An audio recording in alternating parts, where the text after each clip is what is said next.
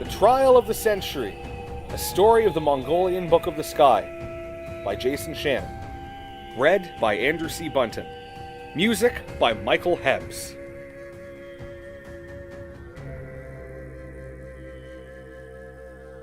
He cinched his tie. Then he felt the tightness on his neck and quickly slipped it back to where it was. He was sweating. "Hey, Blaine, you've got something green in your teeth," Emily said from the far side of the camera. "What?" he exclaimed. He was immediately picking at his teeth with his fingernail. "Where?" But Emily was already gone. She'd sidestepped and was now discussing something with a security officer of the Imperial Bannerman. "Bloody hell," Blaine seethed. "Joe, which tooth?" "Which tooth?" "She's messing with you, mate," replied the cameraman, not even so much as looking at Blaine. He didn't believe Joe. For the love of Christ, this broadcast was set to be a record breaker. More streams than the Super Bowl and the World Cup combined. He couldn't stand before that bloody camera with a piece of fucking spinach in his teeth. He pulled out his phone, mirrored the screen. That little Scottish twat, she'd pay for that joke. He and Emily had been having an office affair for the past 2 months. He was pretty sure most of the crew knew about it, even though they'd been careful. She was almost 20 years his junior, young enough to be his daughter. It was for that reason he didn't want his wife to know. Not this one, although, knowing Gretchen, she probably did. 30 seconds, announced Yvette, the on-site producer. Blaine had his earpiece in, same as everyone else. He could tell when the anchors were pivoting towards the story of the hour, the story of the century, some were calling it. Callan Bryant, back in London, was just setting up. Blaine listened, feeling the sweat on his brow. Yvette shushed everyone. Blaine tried to steady his breathing. Bryant finished up his intro. The light on the top of the camera flashed from red to green and they were live. Right that moment, he was live. 10 digits worth of viewers, all eyes on him. He froze for only half a second, then blinked and began spitting out the script. "Thank you, Callan. The BBC is live from the Continental Hall of Justice here in Shenyang for the opening day in the trial of war criminal and disgraced leader of the former Democratic People's Republic of Korea, Kim Il-Caligula. We're just minutes away from the beginning of the trial, which is set to begin at 8 a.m. local time. Chief Prosecutor, Major Kenbish-Kaltirgan, and his team of legal experts from 10 different nations have already taken their seats." Joe zoomed the camera towards Major Kenbish, decked out in his military attire, his spine rigid as he sat erect at the prosecutor's table, a dozen advisors surrounding him, each wearing a slightly different military uniform. And bannermen of the Manchu Imperium are in rigid control of the room. Security is tight here. We're told there are snipers on each of the surrounding buildings, that an entire battalion is stationed here, and that bomb-sniffing dogs are to be brought through the building hourly. Joe panned over the door at the rear of the courtroom, catching a blur of dozens of bannermen, decked out in their imperial robes, each carrying traditional Chinese swords. You could be forgiven for mistaking them as mandarins from centuries ago, save the assault rifles on their backs. "In just a few minutes," Blaine continued, "through those doors will march the defendant, Kim Il-Caligula, better known to some as Kim Il-Caligula, continuing the Korean tradition wherein each generation of leaders is crazier than the last."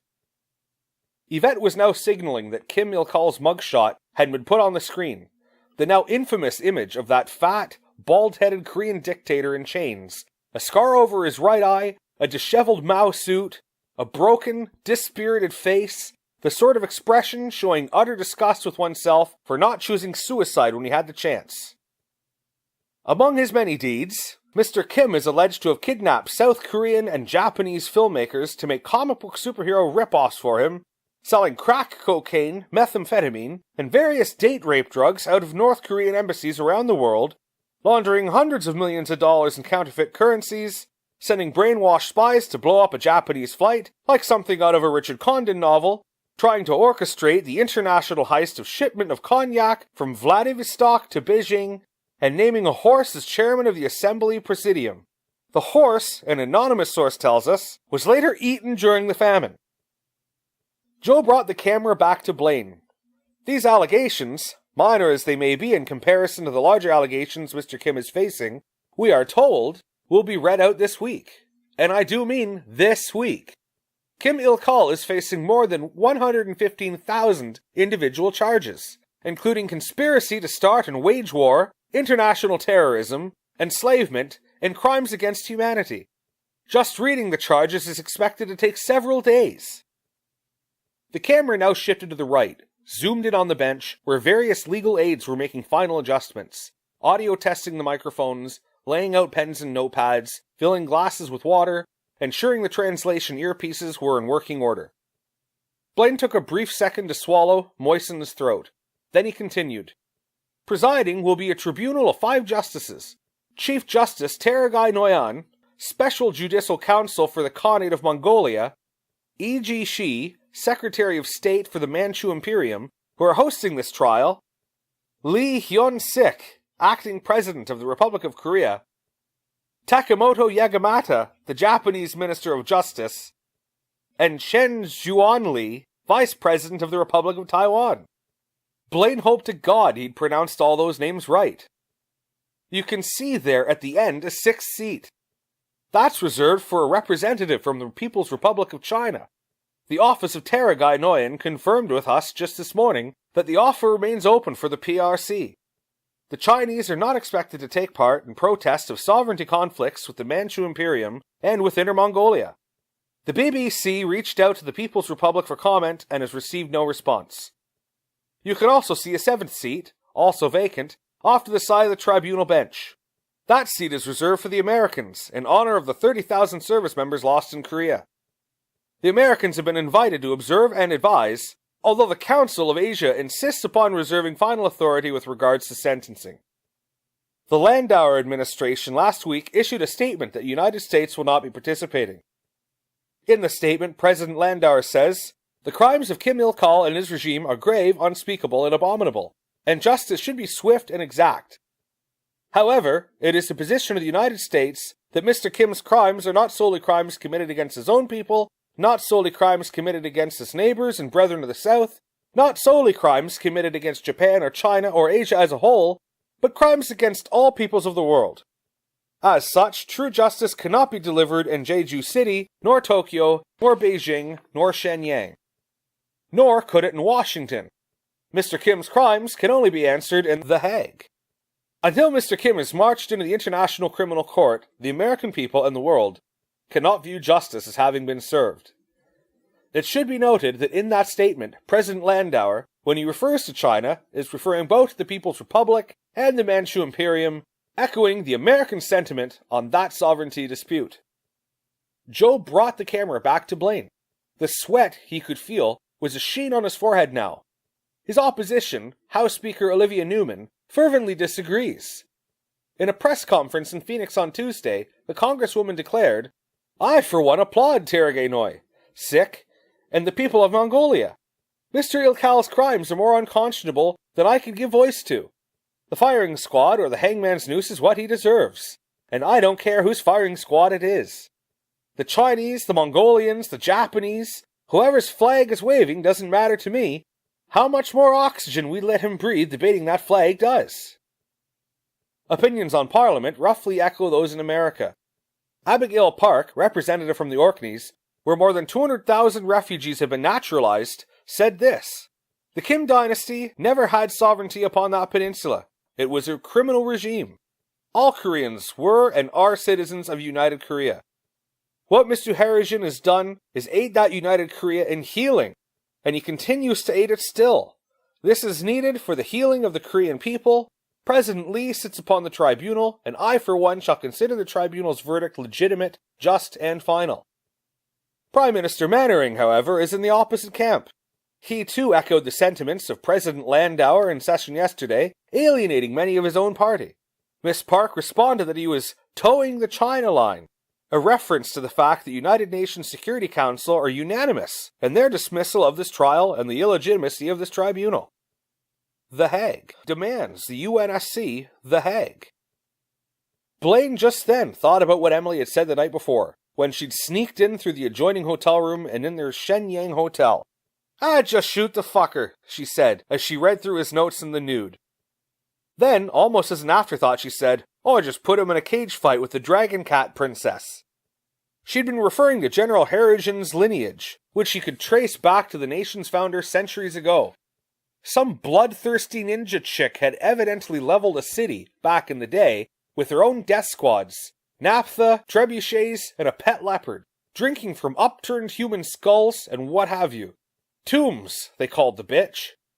Then Emily had remarked, half as a whisper, "If ever there were a bird I'd let take me with a strappy, it would be her."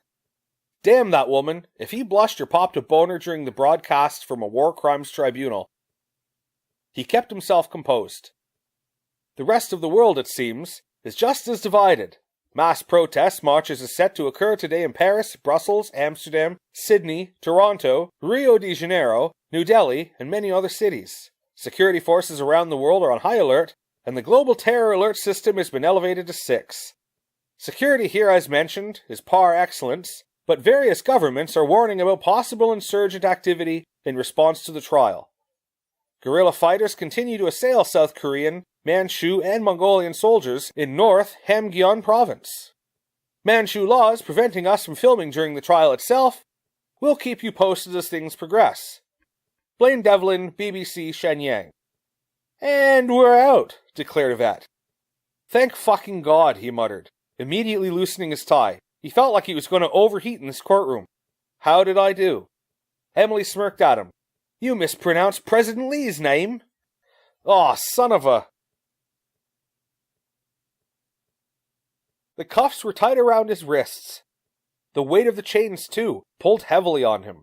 Part of that weight, he knew, was only in his soul. He was a broken man. Thank Lenin's embalmed corpse that his uncle, so to his grandfather and great-grandfather, couldn't see him now. Draped in an orange jumpsuit, chained like a slave at the mercy of imperialist Yut Moga, he thought, snorting a little, all that propaganda is shit. Pure, unadulterated shit. "What was that?" asked one of the bannermen in heavily accented Korean.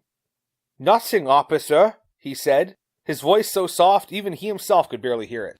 The bannerman grunted. He hadn't so much as had a moment alone to piss in the past 8 weeks. When there wasn't somebody else physically in the room with him, he was on camera, watched by a team of people from every angle, 24 hours a day. He'd always known he was inheriting a rotten pie. The glory days of his great-grandfather were long gone.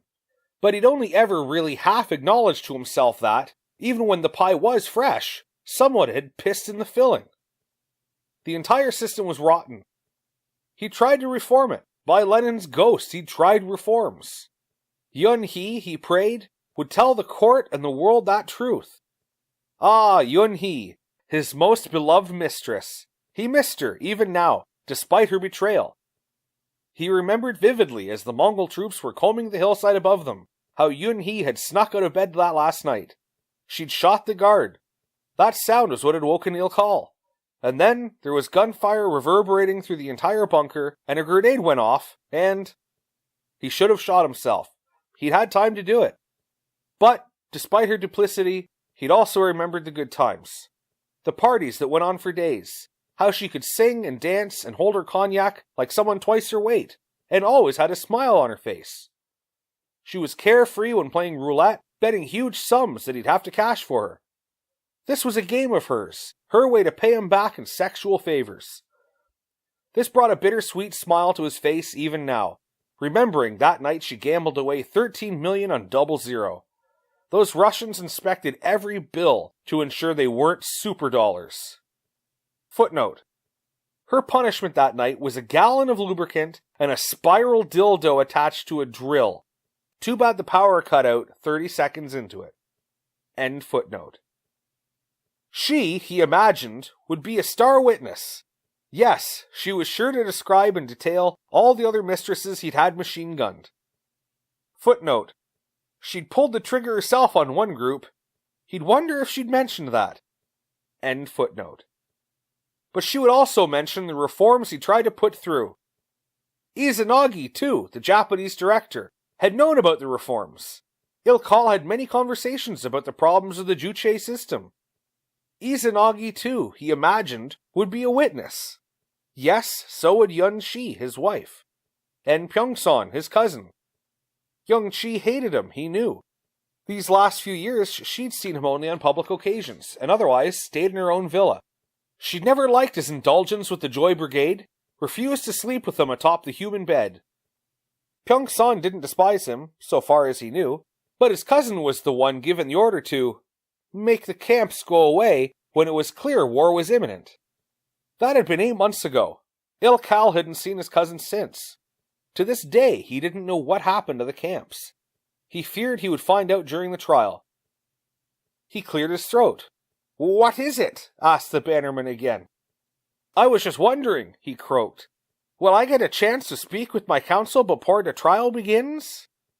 Since he was told a tribunal had been convened, he hadn't so much as spoken to any legal counsel. He assumed they were assigning him someone, but hadn't been permitted to speak to any experts in international law. The bannerman snorted, a half chuckle. Checking his watch, the man said, "Come now, you should be familiar with how a show trial works, no?" Just then, the third bannerman opened the door. 100 or more faces glared in from the courtroom. He felt small somehow in his orange jumpsuit. "Come," the bannerman said, nudging him in the back. "It is time."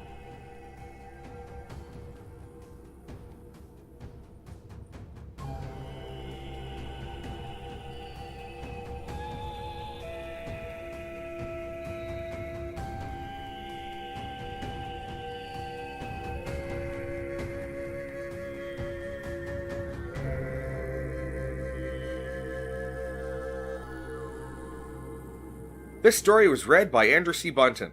Check out Andrew's YouTube channel by searching Buttons Tastica in the search field. Music by Michael Hebbs. Check out Michael's YouTube channel at www.youtube.com/c/Michael Hebbs. This program was directed and produced by Jason Shannon. The Mongolian Book of the Sky is an ongoing novel series written by Jason Shannon. These stories constitute shorter episodes within the expanded universe. The first novel in the series, The Hounds of Harujin, published in 2017. For more information on Jason Shannon and his writing, visit www.jasonmshannon.com. For more information regarding the Mongolian Book of the Sky series, including more stories like this one absolutely free, visit www.harujinsounds.com. That's www.harujinsounds.com. Copyright by Jason Shannon. All rights reserved.